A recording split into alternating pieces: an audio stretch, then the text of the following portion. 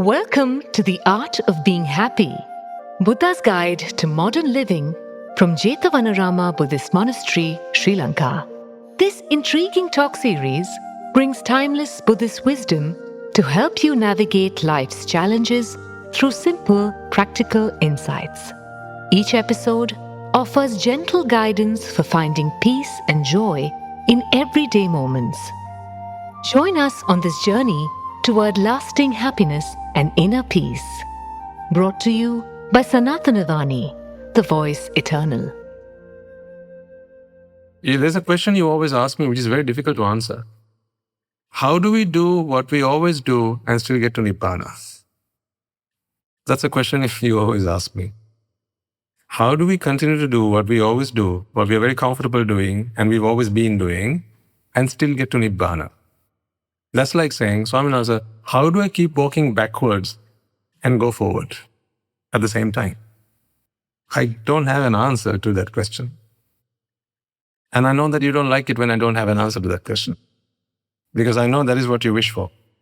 If there was a way that you could do everything that you do right now, enjoying the pleasures that you enjoy, like going out, drinking, dancing, eating, enjoying yourself, partying, doing all that, and also still get to Nibbana. So you want to keep going south but get north. So you're wondering, well, maybe if you went full circle, you would still be back north, wouldn't you? I'm sorry, I didn't make the rules. It doesn't work like that. This path to Nibbana, ladies and gentlemen, is completely and entirely different to the worldly way of existence. Because for worldly existence to be successful, there has to be competition. There has to be. People have to be self-concerned. They have to be self-conscious. They have to preserve themselves. It has to be like that. That's when the survival of the fittest will always happen. So the weak must always be quelled so that the strong will survive. And then among the strong, again, another round of quelling and survival must happen. So therefore, as this cycle goes on for many times, now you have a very strong group. That is what must happen for this world to survive and the world to thrive. So there's always the strong that gets elected. That is why the weak among you will fail. Be that at the workplace, at school, in life, in marriage, in finance, in business, in commerce. The weak among you will always fail. But people will always keep fighting. And they'll talk about equality. They'll say, just because I was born weak shouldn't mean that I should not get every opportunity that everyone else gets. And then they will lobby for it. And then they will justify that. They will try and get as many consenting voices as possible. And then they will legalize that and say, right from now on, shouldn't matter whether we were born weak, we should still be able to have every opportunity just as much as the strong ones. And then we call that civilization. So we're all civilized. Because it's not the law of the jungle anymore, not the survival of the fittest, it's survival of the smartest. So now we're very smart. All the while trying to compete so that I can have what everyone else also has. Why is that a problem? Why is it that you can't have what someone else has? Why is that a problem? Because I'm the most important one here. And if I can't have what they have, that's not right. So justice has to be restored. Am I sounding like gobbledygook? Is this making any sense? Is it? I don't know. Is it making any sense? Okay. I'm sure you've never heard these things before, because these are not things that people will entertain. These are not things that people will want to hear or people will want to have said or spoken. This is forbidden. You must not speak such things. Because this discriminates, apparently. But no, this is not what discriminates. Discrimination is when you stand up, when you rise up, and you say, because I am this, everyone like me must also have the same platform. That is discrimination. See, the women among you will say, I'm a woman. They are men. They can do this, that, and the other. How come we can't? This is very fragile ground now, isn't it? A woman will, quite legitimately feel this way. I'm a woman. They are the men. They get to do this, that, and the other. How come I can't? How come I don't get to do it? And then you can speak on their behalf. You can talk about it. Sometimes there'll be men who will come and support you as well. They'll support you because they'll feel, yes, that is true. It's only right that women also get equal opportunity. The point is, we can argue for that. We can lobby for that. We can also get it ratified and legislated and all that. The problem is, every time you make an effort to equalize this, the price you're paying is Nibbana.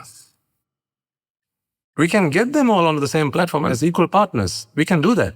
It's not impossible. We can do that, and it's getting closer to that.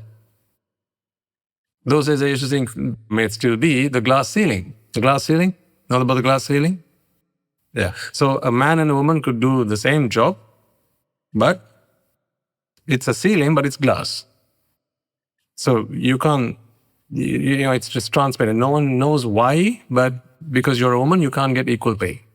You can't get paid as much as a man does. And so let's all speak on behalf of our women so that we can also get equal pay. And it's possible to achieve that. If we all spoke enough times, then it's possible to achieve that. See, if we did this enough times, it becomes correct. Doesn't it? In my previous life, meaning in my lay life, I would have come and spoken with you. I would have gotten onto the stage and talked on your behalf.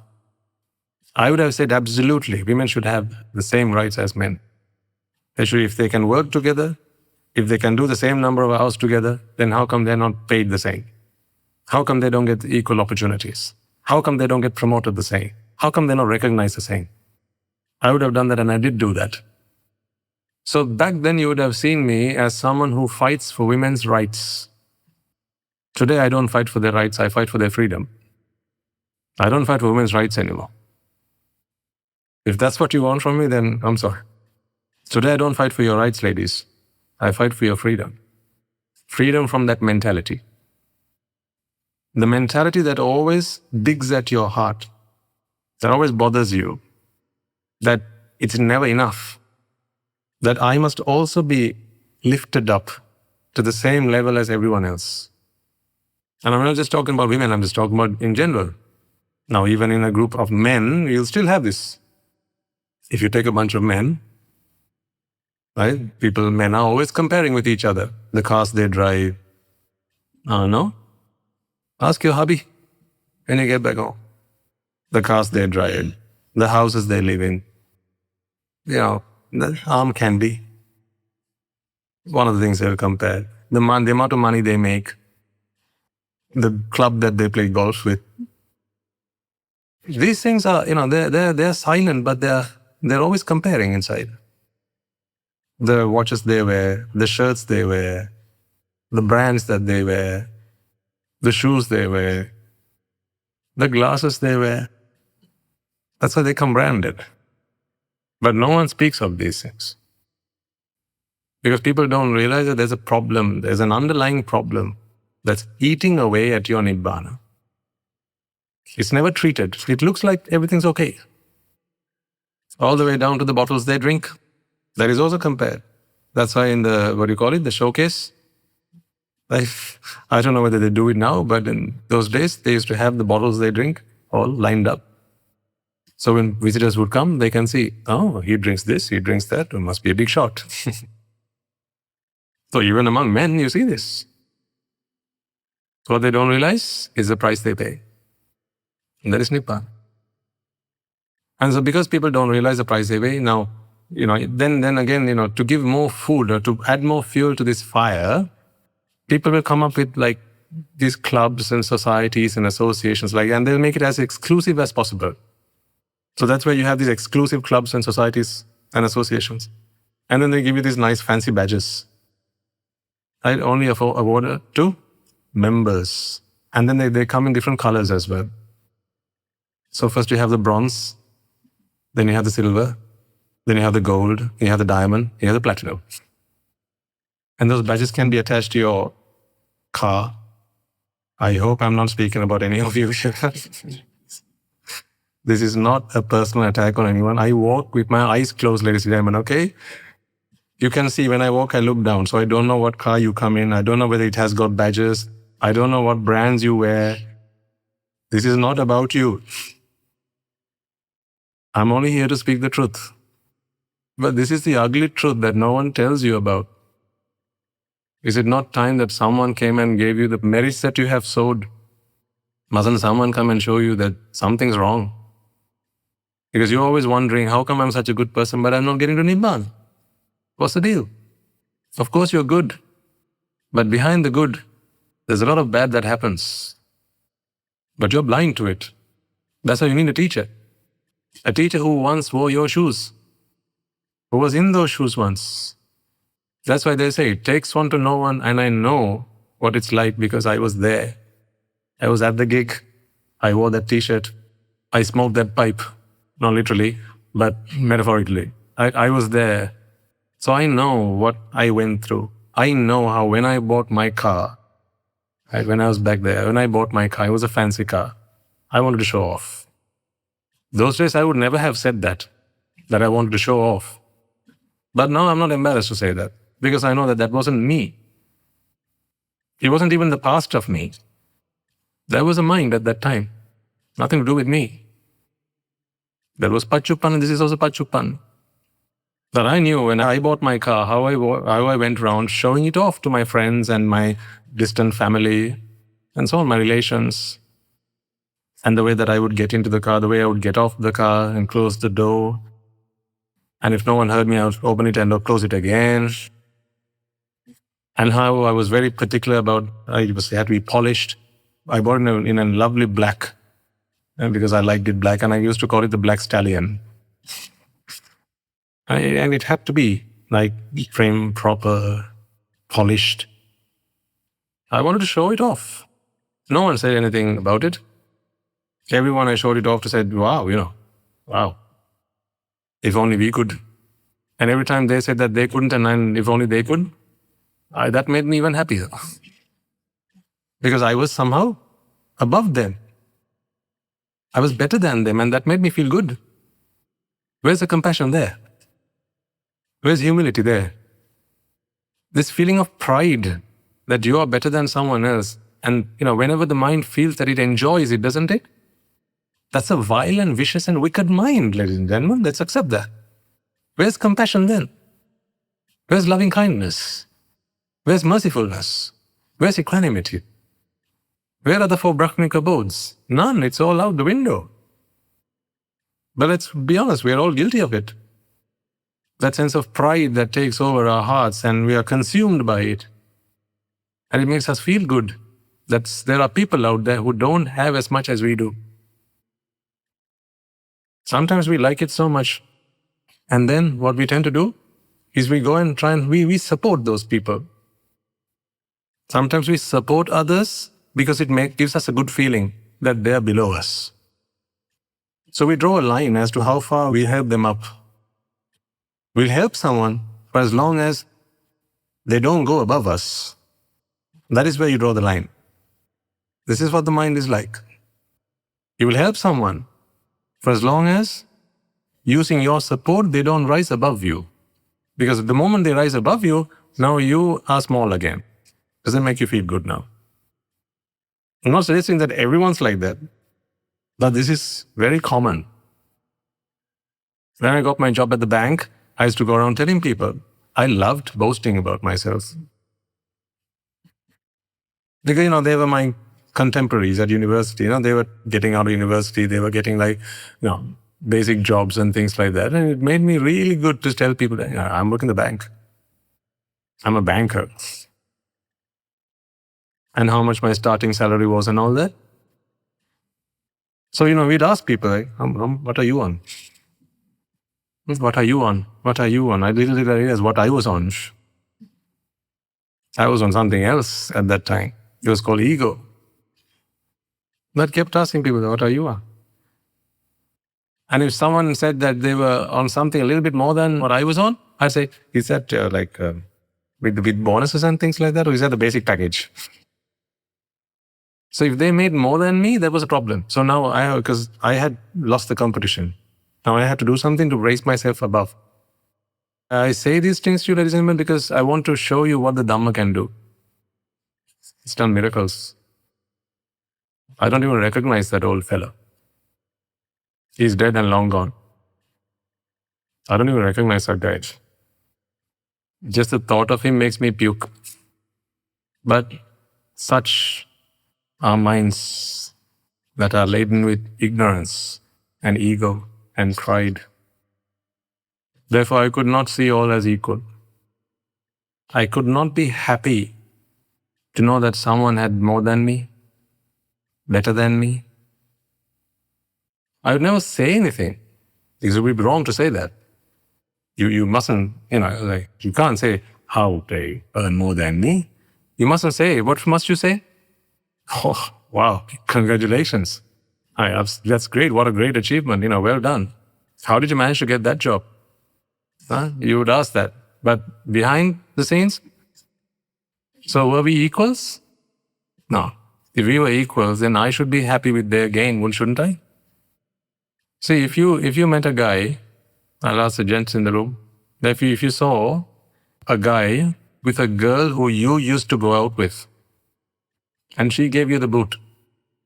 It wasn't you, she gave you the boot, okay?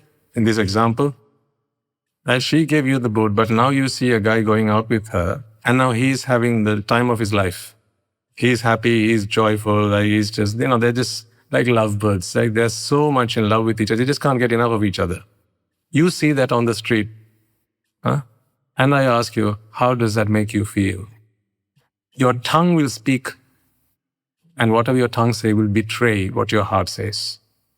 Here's what your tongue will say. Well, if I couldn't have her, then he hasn't, so I'm happy for them. You could only say that if you didn't have an ego. Because I know how egos work and the effect that an ego has on the mind, I don't buy that anymore. Because there's no you or me and someone else. There are just minds and minds with or without egos. That's it. The same causes will only manifest the same effect. So if I know what ignorance and attachment can do, how it nurtures and creates an ego and the effect that that ego has on the mind, if I know that, if I have experienced that, then it can't be any different to anyone else. Yeah, you'll have virtues more or less, right? People are good and they have these drushti and good drushti and so on, but the ego is the same after all. It will be very difficult to stomach that and to be happy about that, to be equanimous at least about that.